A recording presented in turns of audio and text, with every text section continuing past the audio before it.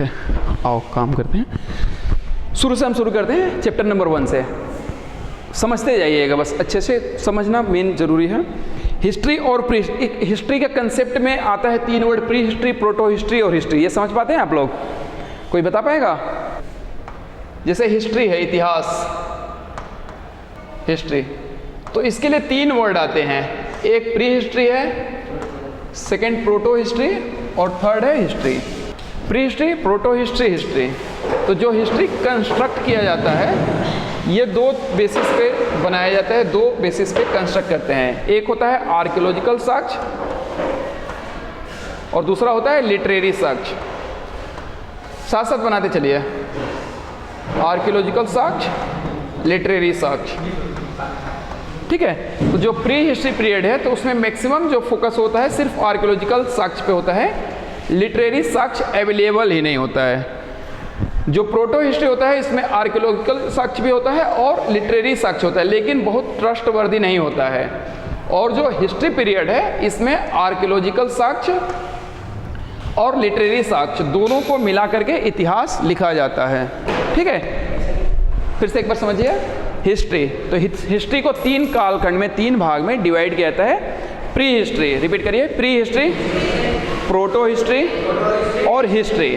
तो अब इतिहास लिखने के लिए 2 ही चीज़ों की रिक्वायरमेंट है। एक तो आर्कियोलॉजिकल साक्ष्य, यानी जो हमने खुदाई किया उस खुदाई से जो भी चीज़ें मिली उसके आधार पे हमने माना कि ऐसी चीज़ें उस समय में रहा होगा। जैसे हड़प्पा का एक्सकेवेशन हुआ, मोहनजोदड़ो का एक्सकेवेशन हुआ, हड़प्पा, मोहनजोदड़ो, लोथल, धौलावीरा, इन जगहों की जब खुदाई हुई तो वहाँ से जो जो चीज़ें मिली उन्हीं के आधार पर हमने इतिहास को कंस्ट्रक्ट किया। तो ये हो गए आर्कियोलॉजिकल साक्ष्य। तो जब आर्कियोलॉजिकल साक्ष्य अवेलेबल हो और लिटरेरी साक्ष्य बिल्कुल ही अवेलेबल ना हो, लिटरेचर का कोई प्रतीक ही ना मिले, उस कालखंड को प्री हिस्ट्री कहते हैं। हिंदी में इसको कहते हैं प्राग ऐतिहासिक काल। क्या? प्राग ऐतिहासिक काल। ठीक है। लेकिन जब आर्कियोलॉजिकल साक्ष्य के साथ साथ लिटरेरी साक्ष्य अवेलेबल हो लेकिन वो बहुत ट्रस्टवर्दी ना हो, उसको पढ़ा ना जा सके, तो उस कालखंड को कहते हैं प्रोटो हिस्ट्री, आध ऐतिहासिक काल। तो प्रोटो हिस्ट्री में हमारे जो इंडस वैली सिविलाइजेशन है वो आता है और जो वैदिक कल्चर है वो आता है। क्योंकि जो इंडस वैली सिविलाइजेशन में पिक्टोग्राफिक स्क्रिप्ट का प्रयोग किया गया है वो अभी तक पढ़ा नहीं गया है। धौलावीरा से हमें पिक्टोग्राफिक स्क्रिप्ट मिला है लेकिन हम पढ़ नहीं पाए कि वो लिखना क्या चाह रहे हैं, कहना क्या चाह रहे हैं। और जो वैदिक सिविलाइजेशन है, तो वैदिक सिविलाइजेशन जो कि वेदों के आधार पर लिखा गया, तो वैदिक सिविलाइजेशन में चीज़ों को बहुत एग्जेजरेट करके, बहुत बढ़ा चढ़ा के लिख दिया है, तो उस पर भी हम पूरे तरह से ट्रस्ट नहीं कर सकते। हम वहाँ से जगहों का वर्णन जो है उसको ले, जैसे हस्तिनापुर लिखा है तो हस्तिनापुर हमें मेरठ में मिलता है। चाहे कौशाम्बी की बात कर रहा है तो इसको लगा दो, कौशाम्बी की बात कर रहा है तो कौशाम्बी जो है इलाहाबाद के नज़दीक है। फिर उसी तरह जो अन्य जो जगह मेंशन किए गए हैं, काशी की बात किया है तो काशी वाराणसी में है, तो इन जगहों को हम लेते हैं और बाकी जो चीज़ें हैं हम वहाँ से बस जगह को लेते हैं और फिर आर्कियोलॉजिकल साक्ष्य के आधार पर उसको कंस्ट्रक्ट करते हैं। उस पीरियड को कहते हैं प्रोटो हिस्ट्री या आध ऐतिहासिक काल। और हिस्टोरिक कालखंड वो होता है जब आर्कियोलॉजिकल साक्ष्य में और लिटरेरी साक्ष्य मैच करने लगे। अगर लिटरेचर में कहा गया है कि गौतम बुद्ध ने यहाँ पर प्रवचन दिया था और वहाँ पे एक शिलान्यास लगाया गया था, और हम वहाँ खुदाई करें वहाँ से कोई शिलान्यास मिले, कोई पत्थर मिले या कुछ ऐसी चीज़ मिले जिसके बारे में लिटरेचर में वर्णन किया गया है, उस कालखंड को हम हिस्ट्री कहते हैं। तो अगर हम हिस्ट्री की, रियल हिस्ट्री की शुरुआत की बात करें तो ये हमारे गौतम बुद्ध के जन्म के बाद से शुरू होता है। 6th सेंचुरी बीसी में, 6th सेंचुरी बीसी में लुम्बिनी नामक जगह पे गौतम बुद्ध का जन्म हुआ था, जो कि नेपाल में पड़ता है। और वहाँ से जो गौतम बुद्ध हैं उनके पहले के जो हमारे यहाँ जो टर्म्स हैं, जो कहानी है, जो महाकाव्य है, पुराण है, तो उनमें जो वर्णन किया है वो हिस्टोरिकल पर्सन नहीं है, वो मैथोलॉजिकल पर्सन है। मैथोलॉजी क्या होता है? जैसे कि एक आइडियल कैरेक्टर लिए और उसके इर्द गिर्द कोई कहानी बना के हमने लिख दिया, तो इसको हम कहेंगे मैथोलॉजी। और हिस्ट्री जब भी बात करेगा तो आर्कियोलॉजी पे बात करेगा, साक्ष्यों की बात करेगा। जैसे आप कोर्ट में जाएंगे तो कोर्ट भी साक्ष्यों के आधार पर चलता है। तो एक हिस्ट्री का ये डिवीज़न है और इससे अगर कम्पिटिटिव एग्जाम्स में जाते हैं तो सामान्यतः ये डायरेक्ट क्वेश्चन पूछता है कि प्री हिस्ट्री क्या होता है, प्रोटो हिस्ट्री क्या होता है और हिस्ट्री क्या होता है। आशा है आप सब समझ पा रहे होंगे बहुत आसानी से। और ये क्लास 6 के पहले चैप्टर में इसी की बात किया गया है, हिस्ट्री एंड प्री हिस्ट्री के बारे में। ठीक है। इसके बाद जो है क्रोनोलॉजी की बात हुआ है, जो कि आपको हमने बता रखा है, जो आपने पूछा था ना कि BC AD और BCE क्या होता है, तो उसकी चर्चा है, तो हम उस पर आ जाते हैं। इसको बनाएंगे या बना लिए हैं? ठीक है। अब आते हैं जैसे क्रोनोलॉजी। क्रोनोलॉजी मतलब होता है कि कालक्रम, वो किस ऑर्डर में कोई चीज़ अरेंज की गई है। तो क्रोनोलॉजी में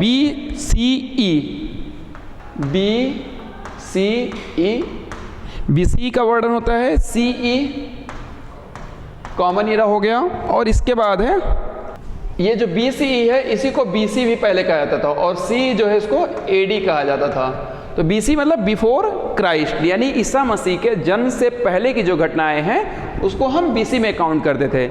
लेकिन जब आधुनिक सोसाइटी है, उसने ईसा मसीह या एक किसी रिलीजन को क्यों महत्व देगा, तो उसने फिर BC में E जोड़ दिया, बिफोर कॉमन ईरा कर दिया। बिफोर क्राइस्ट जो था उसका नाम बदल क्या हो गया, बिफोर कॉमन ईरा। और जो AD था, एनो डोमिनी जिसका मतलब होता है, इसका मतलब होता है ईसा मसीह के काल में, ईसा मसीह के समय में इस AD को बदल के CE कर दिया गया, कॉमन ईरा। यानी कॉमन ईरा और बिफोर कॉमन ईरा, ये दो टर्म इनके साइमल्टेनियस इसके बराबरी में यूज होने लगे हैं। इसमें टाइमलाइन हमने पहले समझा रखा है कि यानी ईसा मसीह के जन्म के पहले जो भी होगा वो BC में काउंट होगा, और वो घटते क्रम में होगा, और इधर की चीज़ें बढ़ते क्रम में होगी। अगर हम बात करते हैं इंडस वैली सिविलाइजेशन की, और हम कहते हैं कि ये 2500 से 2500 BC to 1500 BC Indus valley civilisation develop हुआ था, तो इसका मतलब है कि अगर आज के रेफरेंस में देखें तो आज 2023 चल रहा है, तो 2000 साल इधर हो गया और उधर लगभग 2500 ईयर्स, तो यानी 4.5 साल पहले इंडस वैली सिविलाइजेशन डेवलप हुआ था। समझ में आ रहा है सबको? ठीक। अब जो सोर्सेज है लिटरेचर, जैसे सोर्सेज है हिस्ट्री को कंस्ट्रक्ट करने की, जो सोर्सेज है उसके भी टेबल्स बनाए गए हैं कि उसको भी और कितने सब पार्ट में डिवाइड किया जा सकता है, तो हम उसको भी समझ लेते हैं। झाड़ू कहाँ है ये? अच्छा, यहाँ से हो जाएगा, सही करें, क्लियर करना है।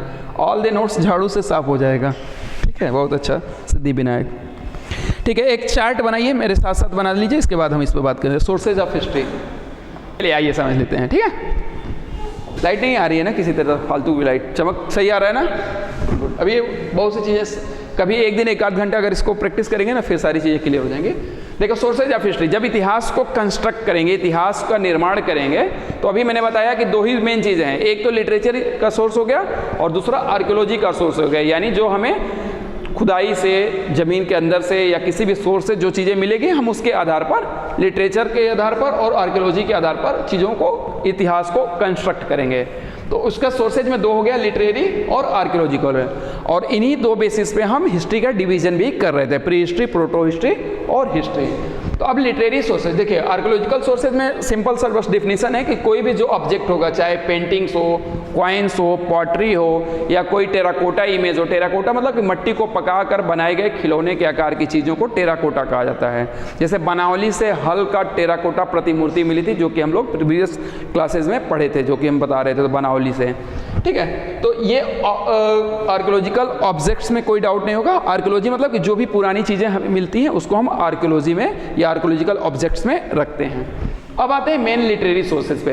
तो लिटरेचर जो होगा वो 2 तरह के होगा, एक इंडिजीनियस पीपुल लिख रहे हैं और एक जो है फॉरेनर्स जो ट्रेवल कर रहे हैं भारत में वो लिख रहे हैं। तो एक हो गया फॉरेनर, तो जो विदेशी आए थे उन्होंने क्या लिखा उसको हम कहेंगे फॉरेन लिटरेचर, और जो भारत के लोगों ने लिखा उसको हम कहेंगे इंडिजीनियस लिटरेचर। ठीक है आगे, ठीक है। तो फॉरेन यानी जो विदेशियों के द्वारा लिखा गया और जो इंडिजीनियस लिखा गया। अगर हम आपके कॉम्पिटिटिव एग्जाम्स की बात करें, जब आगे आप पढ़ते हैं तो आपसे इन्हीं लिटरेचर्स की किताबों को पूछा जाता है जो कि इंपॉर्टेंस की होती हैं। ये नहीं है कि सारा 500 किताबों को रटना है, वो जो रिलेवेंट, जितनी ज़्यादा रिलेवेंट होगी वो उतनी बार पूछे। जैसे ये इंडिका है, आप अगर प्रीवियस ईयर कोई भी एग्जाम के पेपर उठा के देखेंगे तो इंडिका बार बार पूछा गया है, क्योंकि इंडिका जो है इसको लिखा था मैगस्थनीज ने। किसने लिखा था?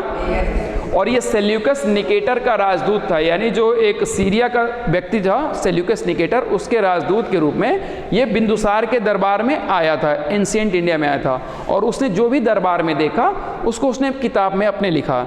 ये इंडिका हमें मूल रूप से नहीं मिलती है, मूल रूप से इंडिका का अवेलेबिलिटी नहीं है। उसके लोगों को ने उनको जो कोट किया है उस कोट के आधार पे हम मानते हैं कि इंडिका में ये बातें लिखी गई होंगी। जैसे होता है ना कि रामायण में ऐसा लिखा है, हमने लिखा किताब, हमने रामायण का रेफरेंस दे दिया, तो ये ओरिजिनल बुक नहीं मिलती है, इसका कोट्स मिलता है। लोगों ने उस बात को अपनी किताबों में लिखा है कि इस सोर्स में ऐसी बातें लिखी गई थी। ठीक है, तो इंडिका का लेखक कौन है? मेगास्थनीज, सेल्यूकस मेगास्थनीज। ये आएगा, हम प्रिंट में दे देंगे, इसमें कहीं मेंशन होगा, जो मैं कल PDF बनाऊंगा ना तो उसमें दे दूंगा। मेगास्थनीज है,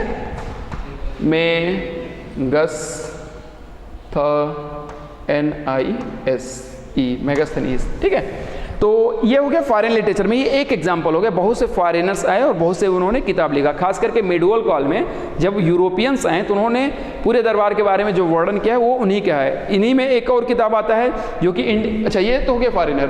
अब हमें इंडियन जो सोर्सेज है उसको हम इंडिजीनियस कहते हैं, जो अपना सोर्स होता है इंडिजीनियस। इंडियनाइजेशन ऑफ टेक्नोलॉजी का एक टर्म आता है जब आप टेक्नोलॉजी को पढ़ेंगे। तो इंडियनाइजेशन क्या होता है? जैसे मशीन है, आप अगर बाहर में देखते हैं तो एक ऑटो चलाते हैं लोग और वो मॉडिफाई कर दिए हैं, जैसे कि ठेला में मशीन फिट कर दिए हैं और वो रन करता है। देखें, कभी नोटिस किया है? तो ये इंडियनाइजेशन है, मतलब वो मशीन तो विदेशी ने या किसी अन्य व्यक्ति ने बनाया, उसको हमने देसी में कन्वर्ट कर दिया, जो उस कन्वर्जन को ही इंडियनाइजेशन कहते हैं। तो इंडियन मतलब कि अपना होना। तो इंडियनाइजेशन, इंडिजीनियस सोर्सेस की बात करें तो दो तरह के लिटरेचर मिलते हैं। एक जो है रिलीजियस सेंटिमेंट से प्रभावित है, जिसको हम सेक्रेट लिटरेचर कहते हैं, जो रिलीजियसली इन्फ्लुएंस्ड है, रिलीजन की बात करता है। और एक लिटरेचर जो कहानियों की बात करता है, जो कि सामाजिक ताना बाना की बात करता है, उसको हम कहते हैं सेकुलर लिटरेचर, यानी किसी रिलीजन विशेष का नहीं बल्कि समाज का प्रतिबिंबित करता है। तो अब सेकुलर लिटरेचर में पंचतंत्र की कहानियाँ बहुत फेमस है। पंचतंत्र की जो कहानियाँ हैं ये बुद्धिज़्म से एक प्रकार से जुड़ी हुई हैं। जातक कथाएं जो हैं वो बुद्धिज़्म से जुड़ी है, लेकिन वो सामाजिक ताने बाने के बारे में वर्णन करती हैं, किसी रिलीजन विशेष की बात नहीं करती हैं।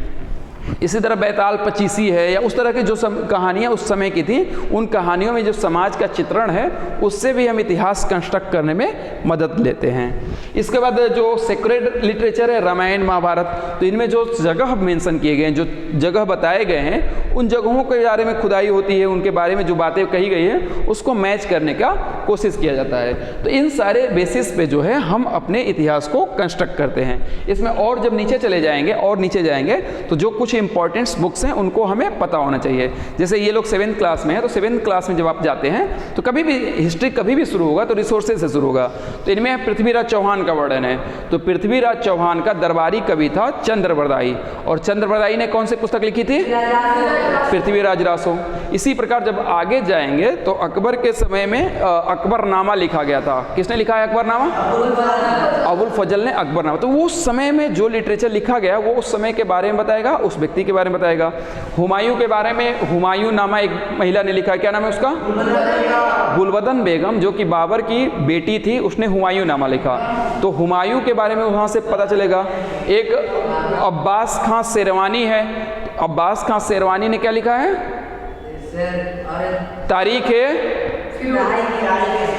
तारीख है शेरशाही। तो शेरशाह सूरी का जो शासनकाल है उसके बारे में अब्बास खां शेरवानी ने लिखा। तो उसने जो जो वर्णन किया है वो उस आधार पे हम आज जो इतिहास लिखेंगे तो उसके आधार पे कंस्ट्रक्ट करेंगे कि अच्छा ये बात रेशनली सही है कि नहीं। तो हिस्ट्री हमेशा रेशनलिटी पे बेस्ड होता है। एक छोटी सी घटना आप लोग भी सुने होंगे, ऐसा आप मतलब मान्यताएं हैं कि एक इरफान हबीब कब के हिस्टोरियंस हैं जो अलीगढ़ स्कूल से प्रभावित हैं। स्कूल क्या होता है कि एक तरह की विचारधारा को स्कूल कहा जाता है। तो इरफान हबीब जो है अलीगढ़ मुस्लिम यूनिवर्सिटी जो है उसके अच्छे विद्वान हैं, अच्छे प्रोफेसर हैं। तो एक दिन एक सेमिनार में मैं बैठा था, वो बोल रहे थे तो बड़ा अच्छा बात उन्होंने कहा कि किसी ने पूछा कि ऐसा कहा जाता है कि ताजमहल बनवाने के बाद जिसने ताजमहल बनाया उसके हाथ काट लिए गए थे, आप क्या कहेंगे इस मुद्दे पे? तो उन्होंने कहा कि जो ताजमहल बनाया था तो उसका हाथ तो नहीं काटा गया था, उसका गला काटा गया था। भाई हाथ से थोड़ी ताजमहल बना है, वो तो एक विचार से बना है, एक आइडियोलॉजी से बना है। तो कितना इररिलेवेंट बात है। ये बातें प्रचारित कर दी जाती हैं कि ताजमहल बनाने वाले का हाथ काट लिया गया था कि दूसरी जगह ताजमहल ना बना सके। तो रेशनल नहीं है। आम जनता को सुनने में अच्छा लगेगा, निगेटिविटी फैलाने में अच्छा लगेगा, लेकिन ताजमहल विचार की सोच है ना, उतना बड़ा भव्य इमारत सोच से बनेगा ना कि हाथ से बनेगा। तो जिसके पास हाथ भी नहीं रहेगा ऐसे करके बैठे रहेगा, बताएगा अच्छा ये पेट जैसे गाइडलाइन देगा वो बन जाएगा। अगर अभी हमारा देश जहाँ भी है तो उसमें जो नेता है वो आके थोड़ी ईंट पत्थर रख रहा है, उसका विजन है, उस विजन के हिसाब से काम हो रहा है। तो अगर वो हाथ से विकलांग होगा तो भी ये विकास होगा या ये काम होगा। तो ये विजनरी चीज़ें होती है। तो निगेटिविटी फैलाने के लिए या लोगों ने सिंपल करने के लिए कदे के हाथ काट लिए गए, और ऐसा सामान्यतः लोकल लेवल पे फैलाई जाती है। तो जो विद्वान होते हैं वो रेशनली चीज़ों को रखते हैं। इसी तरह एक पुस्तक का नाम है, कुछ पुस्तकों की ही बात कर लेते हैं। एक पुस्तक का नाम है शाहनामा, फिरदौसी ने लिखा है। किसने लिखा है शाहनामा? फिरदौसी ने। तो शाहनामा में एक छोटी सी घटना है, शायद आप लोगों को सुनाया होगा, एक बार फिर से आप लोगों को सुना देते हैं। शतरंज जो खेल है उसके बारे में बताया ना, फिरदौसी ने शाहनामा लिखा है। तो उसमें शतरंज के खेल का वर्णन है। उसमें होता क्या है कि एक राजा होता है, एक राजा, और उसकी शादी हुई है, और जो राजा है उससे एक बच्चा होता है, और फिर उस राजा की मृत्यु हो जाती है। तो उस राजा की जो छोटा भाई होता है, सामान्यतः आज भी परिवारों में भी होता है कि अगर बड़ा भाई या डेथ कर गया तो जो छोटा भाई उससे पत्नी की शादी हो जाती है। और चाहे ये सेम प्रोसीजर महिला के पक्ष में भी है कि अगर महिला डेथ कर गई तो उसकी जो छोटी बहन है उससे पति की शादी कर दी जाती है, ताकि सामाजिक ताना बाना बना रहे। तो उसमें फिरदौसी का जो शाहनामा है उसमें वर्णन है कि जो बड़ा लड़का था, बड़ा राजा था, जो पहला राजा, उससे एक बेटा हुआ, फिर 4-5 साल बाद उस राजा की मृत्यु हो गई। इसके बाद जो उसका छोटा भाई था उससे उस रानी की शादी हो जाती है। फिर 2-3 साल बाद उससे भी एक बेटा होता है, और यंग अवस्था भी वो बच्चे बड़े ही होते या एडल्ट होते उससे पहले फिर राजा की भी मृत्यु हो गई। तो रानी ने अपना राजपाट संभाला, यानी 2 बच्चे हुए, दोनों 2 अलग अलग पुरुष से हुए। ठीक, रानी ने राजपाट संभाला, और फिर जब बच्चे बड़े हो गए तो उन्होंने दोनों को राजपाट बराबर बराबर बांट दिया। और जो बड़ा भाई है उससे कहा कि अपने छोटे भाई के प्रति नम्र रहना, यानी अच्छा व्यवहार करना है। सेम जो है बात है ये बाबर ने अपने बेटे हुमायूं से भी कहा था, लेकिन ये कहानी उससे पहले की है, 400 साल 500 साल पहले, 7वीं 8वीं 9वीं शताब्दी में। तो उसने कहा कि अपने छोटे भाई के प्रति विनम्र रहना, उसकी कभी भी अगर मान लिया अटैक भी कर दे तो तुम उसकी हत्या नहीं करोगे। बड़े भाई से कहा। नेचुरल है कि बड़ा वाला थोड़ा सीधा होता है और छोटा वाला हमेशा से उदंड होते हैं। कहीं भी देख लीजिएगा, परिवार में भी देख लीजिएगा, वो उल्टा ही करेगा, वो सीधा कभी नहीं करेगा। मैं खुद करता हूँ उल्टा। तो उसमें हुआ ठीक, तब राजपाट बढ़ गया। अब राजपाट बढ़ गया तो बड़ा वाला जो भाई है उस पर छोटे वाले भाई ने अटैक कर दिया, आक्रमण कर दिया। अब अटैक कर दिया तो राज्य की सुरक्षा के लिए जाना ही पड़ेगा। हुमायूं के साथ भी यही हुआ। उसके 3-4 अक्सकरी, हिंदाल और एक और भाई थे, उन तीनों ने फिर हुमायूं पे ही अटैक कर दिया, और फिर हुमायूं को भागना पड़ा। और फिर उसी बीच में शेर शाह सूरी शासक बनता है 1514 टू लेके 1545, यानी 1540 से 45 तक शेर शाह सूरी शासक रहता है भारत में। 55 तक, 55 तक, 55 में वो आता है, लेकिन शेर शाह की मृत्यु 45 में ही हो जाता है। हाँ, शेर शाह उसी में मृत्यु उसकी हो जाती है। 40 से 45 5 साल ही रहा है, उसकी मृत्यु हो जाती है। बाकी शासन चलता रहता है, कोई और उसके जो क्या कहते हैं प्रतिनिधित्व हैं या उनके लड़के हैं वो चलाते हैं। खैर, तो उसी तरह जैसे उसने कहा कि राज्य जो है विनम्र होने के लिए, तो अटैक कर दिया। तो बड़ा वाला लड़का जो है अब भैया अपना राज्य को प्रोटेक्ट करने के लिए युद्ध के मैदान में गया, और अपनी, अब छोटे वाले को बहुत अनुभव तो है नहीं, कोई सेना किधर भी घुमा रहा है, इसने एक ऑर्गेनाइज वे में अपनी सेना को आगे बढ़ाया, और वो उसकी सेना चारों ओर से, जो राजा है वो गिर गया, और घबराहट में वो हार्ट अटैक करके उसकी मृत्यु हो गई, जो दूसरा वाला छोटा वाला भाई था। अब मृत्यु हो गई तो दरबार में जब आया तो उसकी माँ नेचुरल की बड़े वाले के साथ रह रही थी, तो कही कि नहीं तुमने मारा है, बहुत मतलब गुस्सा हो रही थी, बहुत नाराज हो रही थी। तो जो दरबार में विद्वान थे उन्होंने 64 खाने का एक कॉलम बनाया, जैसे ऐसे है ना, तो 64 खाने बनाए, युद्ध का मैदान बनाया, और उसमें उन्होंने बताया कि जैसे सेना तो दोनों की बराबर थी, क्योंकि अभी हाल ही में राज्य बटे थे ना, छोटे भाई को भी पास उतने थे, बड़े भाई के पास भी उतना थे, बराबर बटे थे। तो उन्होंने फिर उसमें शतरंज की, वहीं से खेल की ईजाद होता है। तो इसीलिए कहा था कि शतरंज भारत में डेवलप होता है। और अभी 18 साल का एक लड़का है जो विश्व चैंपियन है, उसको हराया नहीं, दूसरे नंबर पे आया है। तो काफ़ी मतलब अच्छा लगा, नाम उसका जानना चाहिए, कभी भी पूछ देगा किसी भी एग्जाम में। तो अब उसमें 64 खाने बनाए गए, और जो सैनिक थे उनको प्लॉट किया गया, और बताया गया कि कैसे कैसे कौन मूव किया, और कैसे चारों तरफ से रानी या जो किंग है वो घिर गया तो उसकी मृत्यु हो गई। तो उसी से वो शतरंज का खेल निकल के आया, और फिर रानी उससे सहमत हुई, और बाद में उस खेल को भारत में बहुत तेज़ी से बहुत ज़्यादा खेला गया। तो शतरंज का इजाद भारत में हुआ। अगर रेफरेंस की बात करें तो वो पुस्तक है फिरदौसी का शाहनामा। ठीक है, तो सोर्सेज के बारे में हमने बात कर लिया, और इस बुक में इतनी ही बातें हैं, सेकुलर लिटरेचर और कुछ किताबों की चर्चा की गई है। जैसे कालिदास का नाम बहुत प्रसिद्ध है, कालिदास ने कई किताबें लिखी हैं, लेकिन उसमें एक किताब उनका बहुत फेमस है, अभिज्ञान शाकुंतलम। तो अभिज्ञान शाकुंतलम किसने लिखा है? कालिदास की टोटल 7 किताबें हैं, बहुत फेमस है, लेकिन अभिज्ञान शाकुंतलम की स्टोरी थोड़ा सा सुनाते हैं, इससे इंटरेस्ट जगेगा और हम लोग लंबा चलने वाले हैं, तो आराम आराम से एंजॉय करते हुए, मस्ती करते हुए पढ़ते रहिएगा आप लोग। तो कालिदास का जो अभिज्ञान शाकुंतलम है उसका वर्णन आप लोगों की क्लास में किया है क्या किसी के? तो अभिज्ञान शाकुंतलम में शकुंतला की कहानी है, और उसी अभिज्ञान शाकुंतलम में शकुंतला का जो लड़का था उसका नाम था भरत, और उसी भरत के नाम पे कहा जाता है कि हमारे देश का नाम भारत पड़ा है। तो शकुंतला और दुष्यंत की कहानी है उसमें। तो दुष्यंत जो है एक राजा है और शिकार खेलने गया है हस्तिनापुर के आसपास, और वहाँ एक जैसे आश्रम है, आश्रम में कुछ महिलाएं हैं, कुछ बच्चियां हैं, यंग एडल्ट युवतियां हैं, उस